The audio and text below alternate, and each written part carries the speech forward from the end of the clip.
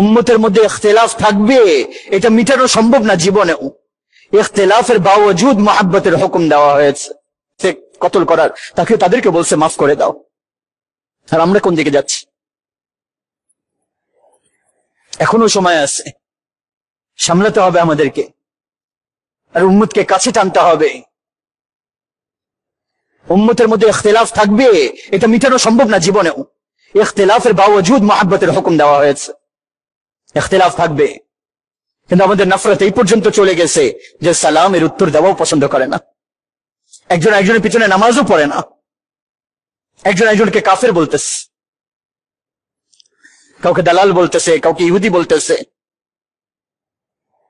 আচ্ছা, একজনকে কাফের বললেন, আর যদি সে মুসলমান বলে নিজেকে, তাকে বুকে লাগানো আমাদের নবী শিখিয়েছেন, ধাক্কা দেওয়া শিখেন নাই। আব্দুল্লাহ বিন উবাই থেকে বড় কাফের কে ছিল? দেখো, জাহান্নামের 7টা স্তর আছে। জাহান্নাম সবার উপরে, হুতামা, লাযা, সাঈর, সাকার, জাহিম, হাওয়িয়া। একদম নিচে হচ্ছে হাওয়িয়া, তার মধ্যে মুনাফিকিনরা থাকবে। আবু জেহেল তার মধ্যে না, আবু জেহেল জাহিমে থাকবে, পাথরের পূজারী জাহিমে থাকবে, আর মুনাফিক হাওয়িয়ার মধ্যে থাকবে, যেটা জাহান্নামের সবচেয়ে ভয়ঙ্কর আগুন, হাওয়িয়া। আর আমাদের নবী তো মুনাফিকিনদেরকেও গলায় লাগিয়েছেন।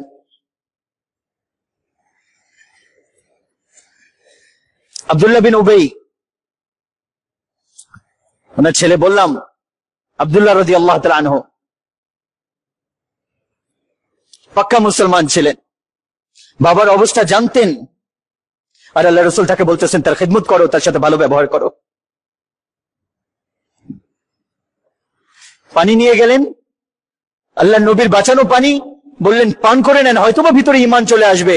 বলে কোথা থেকে পেশাব নিয়ে এসে ওইটা পান করে ফেলবো, এটা পান করবো না।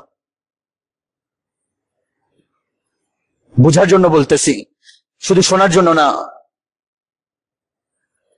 ছেলে বলতেছে ইজাজত দেন, এই মুনাফিকের কল্লা উড়ায় ফেলি, এত বড় গোস্তাখ। আর আল্লাহ রাসূল বলতেছে না না, তোমার বাবা খিদমত করো। সবক নেওয়া দরকার। তার উম্মত আমরা, তার উম্মত হয়ে একজন একজনকে সালাম করি না, আর আমরা দলে দলে বিভক্ত হয়ে যাই। আমরা পুরো দুনিয়ার মানুষকে কি মেসেজ দিতেছি? পুরো দুনিয়ার মানুষ আমাদের কাছ থেকে কি শিখতেছে? বিশেষভাবে আমরা যারা মাদারিস নিয়ে আসি, আমাদের প্রতিটা জিনিস উম্মত দেখে, আমাদের প্রতিটা কথা, আমাদের প্রতিটা রওয়াইয়া উম্মত দেখে যে আমরা কি করি। একজনকে গালি দিল, সে কি করলো? একজন আলিমকে গালি দিল, সে প্রতি উত্তরে কি করলো? একজনকে অপবাদ দিল, সে কি করলো? একজন আলিমকে অপবাদ দিল, সে প্রতি উত্তরে কি করলো? এটা দুনিয়ার মানুষ দেখে। আর তারা তো বসেই আছে দোষ ধরার জন্য, আর আমরা যদি রাস্তা খুলে দিই আরো দোষ নেওয়ার জন্য, তাহলে উম্মত কোথায় যাবে? উম্মত যাবে কোথায়? আর আমরাই যদি একজন আরেকজনকে, হ্যাঁ সে জাহান্নামী, সে কাফের, সে মুরতাদ, সে ইহুদির দালাল, তাহলে জান্নাতে কে যাবে? সে আমাকেও একই কথা বলতেছে, আমিও তাকে একই কথা বললাম, তাহলে জান্নাতে কে যাবে? আর আল্লাহ রাসূল তার মুখে লুআব দিতেছেন, নিজে থুতু দিতেছেন, হয়তো বা তার বকশিশ হয়ে যায়। এটা দেখে 100 মুনাফিক মুসলমান হয়ে গেল। আর আল্লাহ রাসূল এক একজন মুনাফিককে জানতেন, এই মুনাফিক, এই মুনাফিক, এই মুনাফিক। সারা জীবনে কোনোদিন কাউকে বলেন নাই যে এই মুনাফিক, সারা জীবনে কোনোদিন কাউকে বলেন নাই এই মুনাফিক। আব্দুল্লাহ বিন উবাইর মুনাফিকও আল্লাহ রাসূল বলেন নাই, ওটা ওপেন ছিল, সবাই জেনে গেছিল, কিন্তু কোনোদিন আল্লাহ রাসূল তাকেও বলেন নাই। এই জন্য মুসলিম বনে থাকি, কোন ফিরকার যেটা মাসলাক ওইটা অন্তরের মধ্যে রাখি, কিন্তু উপরে ছাপ না লাগাই। ছাপ উম্মতের লাগাই, ছাপ ইসলামের লাগাই, ছাপ উম্মতের লাগাই, আর ছাপ ইসলামের লাগাই।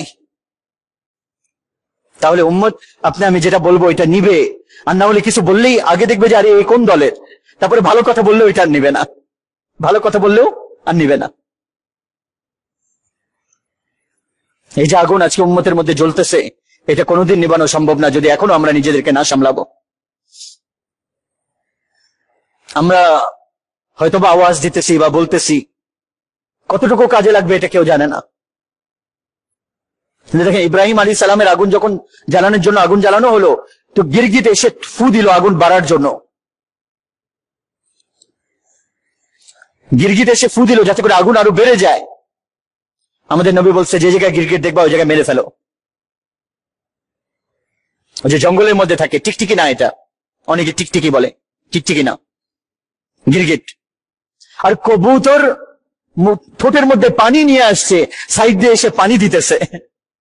কবুতরও জানে যে আমার এই পানির ফোঁটা দিয়ে আগুন কিছুই নিববে না, কিন্তু হয়তো আল্লাহ তাআলা আমার ওই খাতার মধ্যে নাম লিখে নেবে যে আমি গেছিলাম ইব্রাহিম আলাইহিস সালামের আগুন নিবাইতে। হয়তোবা আপনার আমার বলার দ্বারা এই ফিরকাওয়ারিয়াতের আগুন নিববে না, কিন্তু আল্লাহ তার রাসূলের দরবারে ইব্রাহিম আলাইহিস সালামের কবুতর হয়ে আমরা পেশ হইতে পারি যে আল্লাহ, আমি এই মুসলমানের মধ্যে যে আগুন জ্বলতেছিল ওইটা নিবানোর চেষ্টা করছি, আমি পারি নাই, আমার বাসে ছিল না, কিন্তু আমি আওয়াজ উঁচা করছি, আমি বলেছি, আর আমি বলতে থাকবো। এই জন্য বিশেষভাবে আমরা যারা এই জামিয়াতে আছি, আমাদের অন্তরকে আমরা সবার জন্য প্রশস্ত রাখি, সবার জন্য প্রশস্ত রাখি। যে নিজেকে মুসলমান বলে তাকে গলায় লাগাই, যে নিজেকে মুসলমান বলে তাকে গলায় লাগাই, তখন সে এরকম ইসলামের মধ্যে আসবে যেটা আপনি তাকে 10 বছর জেলখানায় রেখেও করতে পারবেন না। এই জন্য কমসে কম আমরা মুসলমান বনে থাকি, উম্মত বনি, আর উম্মতকে সাথে নেই, উম্মত বনে চলি, উম্মতকে সাথে নেই, উম্মত পনা মানুষের মধ্যে তৈরি করি, কোন দলের সাথে না জড়াই, কোন ফিরকার সাথে না জড়াই।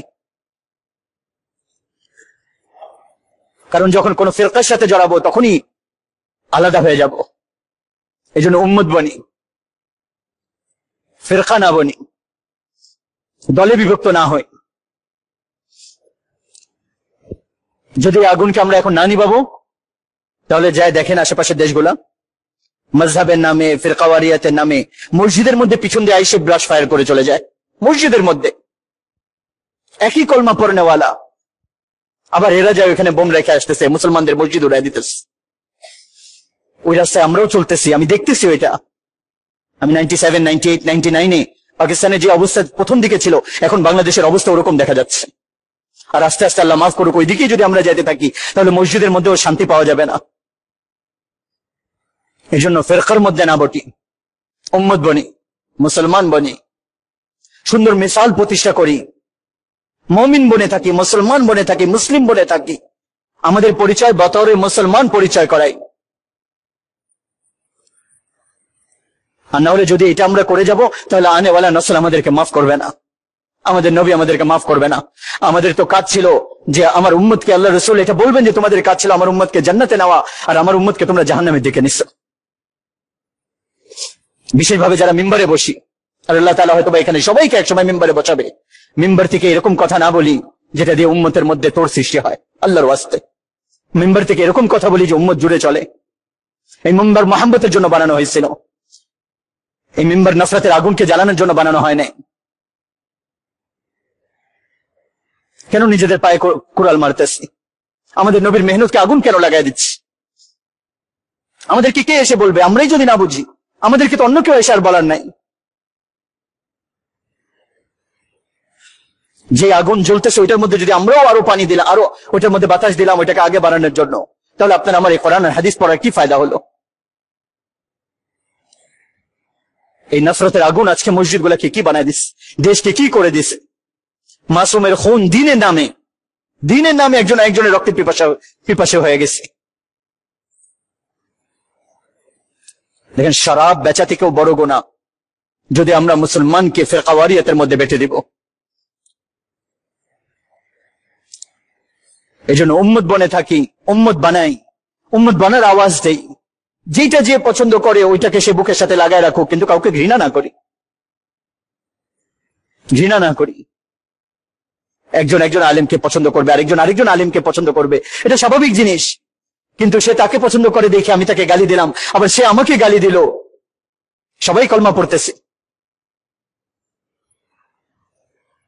আল্লাহ তো করিম, মেহেরবান, একটা আমল পছন্দ করে জান্নাতের ফয়সালা করে দেন। পুরো জীবনের ইবাদতকে একটা কথা পছন্দ করবেন না, জাহান্নামের ফয়সালা করে দিতে পারেন বেনিয়াজ আল্লাহ তাআলা। এজন্য আমাদের নবীর মেহনতকে আগুন না লাগাই, আমাদের নবীর মেহনতের উপর পানি না দেই, আমাদের দিনকে বদনাম না করি। ইখতিলাফের রায় থাকবে, একজন একজনের ইজ্জত করতে হবে। তারপরেও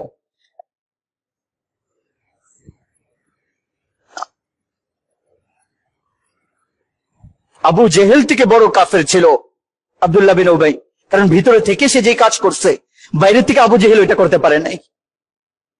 অত জাহান্নামের একদম নিচের স্তরে, আর তাকেও আমাদের নবী পাশে বসাইছে। এই জন্য বিশেষভাবে আমরা যারা এই জামিয়াতে আসি, আমাদের অন্তরকে প্রশস্ত করি, বড় করি, মনকে সবার জন্য এর মধ্যে জায়গা করি।